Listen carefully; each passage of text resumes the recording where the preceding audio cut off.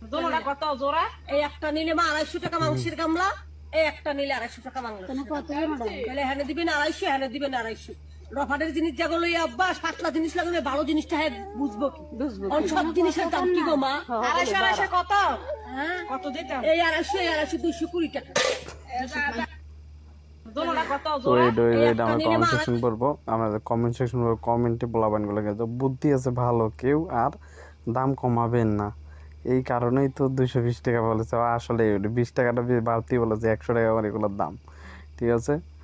তো এটা কোনো হাসির ভিডিও না, এটা এটাকে বলা হয় বিজনেস, আসলে এটাকে বিজনেস বলা, ঠিক আছে। লোকেরা ভাবছেও আসলে লোকেদের বলা বোকা বানাইছে, মাদ্রাসা শিক্ষা নাকি ধর্মীয় আন্দাজে কথাবার্তা কয়, পাগল ছাগল কথাকার কই থেকে আসে আসলে পাগলগুলা।